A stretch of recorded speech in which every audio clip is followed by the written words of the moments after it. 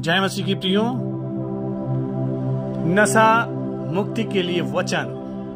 जी हाँ मेरे प्रियो, आज बहुत से लोग नशे की लत में हैं, परेशान हैं, छोड़ना चाहते हैं, लेकिन उन्हें समझ में नहीं आ रहा है वो कैसे छोड़े।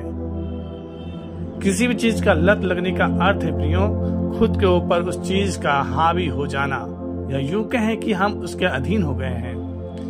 अब आप खुद का नियंत्रण खो चुके हैं, वो चीज आपको विवश कर रही है और आप उसे बिना सोचे समझे ले रहे हैं। बहुत बार आप जानते हैं कि ये मेरे लिए हानिकारक है, फिर भी आप उस लत के कारण उसे लेने के लिए मजबूर हैं। एक व्यक्ति को मैं जानता हूँ, वो अपने गांव के सरपंच थे। वो शराब की लत से परेशान थे। एक दिन वो बहुत बीमार हुए और उन्हें हॉस्पिटल में भर्ती करना पड़ा। बड़ी मुश्किलों के बाद डॉक्टर ने उनके स्वास्थ्य में सुधार ला पाए। डॉक्टर ने उन्हें सलाह दिया कि अगर आप जीना चाहते हो तो अब शराब का एक बूंद का सेवन मत करना, वरना हम आपको बचा नहीं पाएंगे। इसके बाद वो खुद पे नियंत्रण पाने के लिए बहुत से कोशिश किए, जद्दोजहद करते रहे। अंततः एक दिन वो खुद से हार गए और वो शराब पीकर घर पहुंचे। उनको देख उनके परिवारजन बहुत दुखी हुए। सुबह जब होश आया तो शरीर में वो फिर से पीड़ा महसूस कर रहे थे। बाद में उन्हें हॉस्पिटल में भर्ती करना पड़ा। मेरे प्रियो, क्या सभी चीजें हमारे लिए लाभ की हैं? इसके बारे में वचन क्या कहता है, आइए देखें। 1 कुरिन्थियों 6:12 में परमेश्वर बताते हैं, सब वस्तुएं मेरे लिए उचित तो है, परंतु सब वस्तुएं लाभ की नहीं। सब वस्तु मेरे लिए उचित है, परंतु मैं किसी बात के अधीन न रहूंगा। मेरे प्रियो, वचन की गहराई को समझिए। ये आपके लिए उचित तो है, परंतु आपके शरीर के लिए बहुत जरूरी नहीं है। आपके लिए हानिकारक है या लाभ की है, ये आपको समझना पड़ेगा। मेरे प्रियो, अगर आपके लिए लाभदायक है तो जरूर लीजिए, अगर हानिकारक है तो मत लीजिए। इसमें आपका निर्णय होना चाहिए, न कि उस वस्तु की, कि उसे आप देख अपना आपा खो देते हैं, उसके आप इतने अधीन हो गए हैं कि न चाहते हुए भी ले रहे हैं। शुरू में ये चीजें बहुत लुभावनी लगती हैं, तब आप मजे लेने के लिए शुरुआत करते हैं और धीरे धीरे आप उसके लत में पड़ जाते हैं। उसको अपने ऊपर हावी होने मत दीजिए। उसे छोड़ने का एक मजबूत इरादा बनाइए और प्रार्थना के साथ इसकी शुरुआत कीजिए और कहिए, किसी बात के अधीन न होऊंगा। आमीन। परमेश्वर आपकी सहायता करे। रोमियो 6:5 और 6 में देखें मेरे प्रियो, वचन कहता है, क्योंकि यदि हम उसकी मृत्यु की समानता में उसके साथ जुट गए हैं तो निश्चय उसके जी उठने की समानता में भी जुट जाएंगे। क्योंकि हम जानते हैं कि हमारा पुराना मनुष्यत्व तो उसके साथ क्रूस पर चढ़ाया गया, ताकि पाप का शरीर व्यर्थ हो जाए, ताकि हम आगे को पाप के दासत्व में न रहें। मेरे प्रियो, आपका पुराना मनुष्यत्व प्रभु यीशु के साथ क्रूस पर चढ़ा दिया गया है और आप अब मसीह में उसकी नई सृष्टि हैं। इसलिए अब आप किसी पाप के दासत्व में नहीं।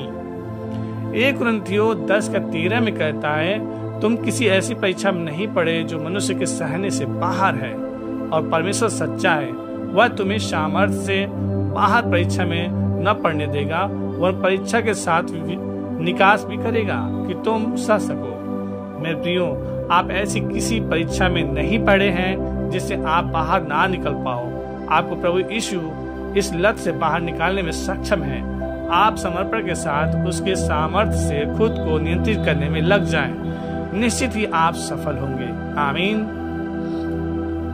गलतियों 5:1 में कहता है, मसीह ने स्वतंत्रता के लिए हमें स्वतंत्र किया है, सो इसी में स्थिर रहो और दासत्व के जुए में फिर से न जुटो।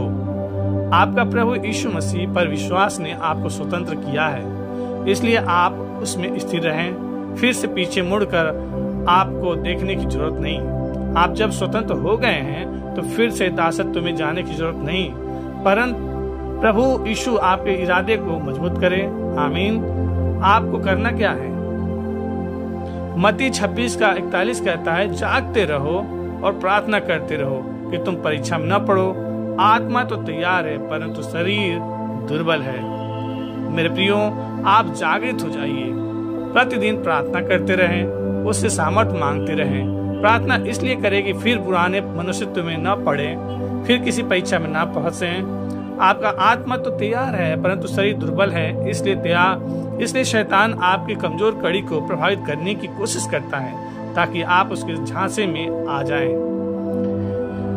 तीतुस 2:11 और 12 में कहता है, क्योंकि परमेश्वर का अनुग्रह प्रकट है जो सब मनुष्य के उद्धार का कारण है और हमें चिताता है कि हम अभक्ति और सांसारिक अभिलाषाओं से मन फेरकर इस युग में संयम और धर्म और भक्ति से जीवन बिताएं। मेरे प्रियो, जबकि परमेश्वर का अनुग्रह आप पर प्रकट हो चुका है और आपका विश्वास के द्वारा उद्धार हुआ है, तो आपको उसकी चेतावनियों को ध्यान देना चाहिए और अभक्ति और सांसारिक अभिलाषाओं से बचना चाहिए। अब आपको संयमी होकर उसके धर्म का राज की खोज करनी चाहिए और भक्ति यानी परमेश्वर की स्तुति, गीत, भजन, कीर्तन के साथ जीवन बिताना चाहिए। याकूब 4:7 में कहता है, परमेश्वर इसलिए परमेश्वर के अधीन हो जाओ और शैतान का सामना करो तो वह तुम्हारे पास से भाग निकलेगा। जब आप परमेश्वर के अधीन होंगे तो आप शैतान का सामना कर पाएंगे। वो आपके मन को विचलित नहीं कर पाएगा, आपके सामने वो टिक नहीं पाएगा और हार कर भाग जाएगा। आमीन। 1 यूहन्ना 2:16 में कहता है, क्योंकि जो कुछ संसार में है अर्थात शरीर की अभिलाषा और आंखों की अभिलाषा और जीविका का घमंड, वह पिता की ओर से नहीं परंतु संसार ही की ओर से है। मेरे प्रियो, जो हम सांसारिक अभिलाषा करते रहे वो परमेश्वर की ओर से नहीं बल्कि शैतान की ओर से है। इसलिए हमें उन अभिलाषाओं से बचना चाहिए, चाहे वो आंखों की अभिलाषा हो, शरीर की अभिलाषा हो। आंखों का अभिलाषा का अर्थ क्या है? प्रियो, जो कुछ हमें नहीं देखना चाहिए उन्हें देखने की कोशिश करना या देखना। शरीर की अभिलाषा अर्थात शराब, गुटखा, तंबाकू, बीड़ी, सिगरेट की लत या भूखड़पन। एक व्यक्ति को मैं जानता हूँ, वो व्यक्ति बैंक में कैशियर थे। वो अकेले रहते थे। खाना बनाने में उनको आलस्य होता था, इसीलिए वो बाहर से फास्ट फूड प्रतिदिन खाते थे। धीरे धीरे उनको इसका लत लग गया और शरीर बैलून की तरफ फूल गया। शरीर में चर्बी और कोलेस्ट्रॉल की मात्रा ज्यादा बढ़ने से हार्ट अटैक का सामना करना पड़ा। बहुत मुश्किल से जान बची। तब उन्हें समझ आया कि किसी भी चीज का लत और अधिक सेवन सिर्फ बर्बादी ही की ओर ले जाती है। मेरे प्रियो, कई बार समस्याएं हमें सच्चाई से रूबरू कराती है। इसलिए प्रभु यीशु कहते हैं, मार्ग, सत्य और जीवन मैं हूँ। इसलिए जब आप यीशु पर विश्वास करते हैं तो इसे आप आनंद की बात समझे। याकूब 1:3 कहता है, तो इसको पूरे आनंद की बात समझो, यह जानकर कि तुम्हारे विश्वास के परखे जाने से धीरज उत्पन्न होता है। जब आपका विश्वास परखा जाता है तो उससे धीरज उत्पन्न होता है। इसीलिए परमेश्वर से हमें इस प्रकार प्रार्थना करना चाहिए कि मत्ती 6:13 जैसा कहता है, और हमें परीक्षा में न डाल परंतु बुराई से बचा, क्योंकि राज्य और पराक्रम और महिमा सदा तेरे ही हैं। आमीन। आज बहुत से ऐसे लोग दिख जाएंगे जो उन बुराइयों को छोड़ने के बाद कुछ समय बाद फिर वहीं दिखाई देते हैं जहाँ से चले थे। इसलिए उनके ऊपर ये वचन फिर बैठता है, 2 पतरस 2:22 कि कुत्ता अपनी छांट की ओर और धोई हुई सूअरनी कीचड़ में लेटने के लिए फिर चली जाती है। आप पाप का दास मत बनिए। मेरे प्रियो, आप पाप करेंगे तो आप फंसे रह जाएंगे।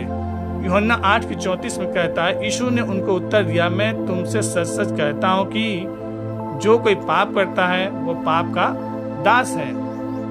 और यूहन्ना 8:31 और 32 में कहता है, तब यीशु ने उन यहूदियों से जिन्होंने उनकी प्रतीति की थी कहा, यदि तुम मेरे वचन में बने रहोगे तो सचमुच मेरे चेले ठहरोगे और सत्य को जानोगे और सत्य तुम्हें स्वतंत्र करेगा।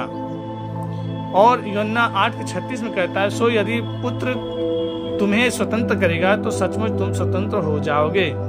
मेरे प्रियो, आप वचन में बने रहिए। आपने सत्य को जान लिया है, प्रभु यीशु ने आपको स्वतंत्र कर दिया है।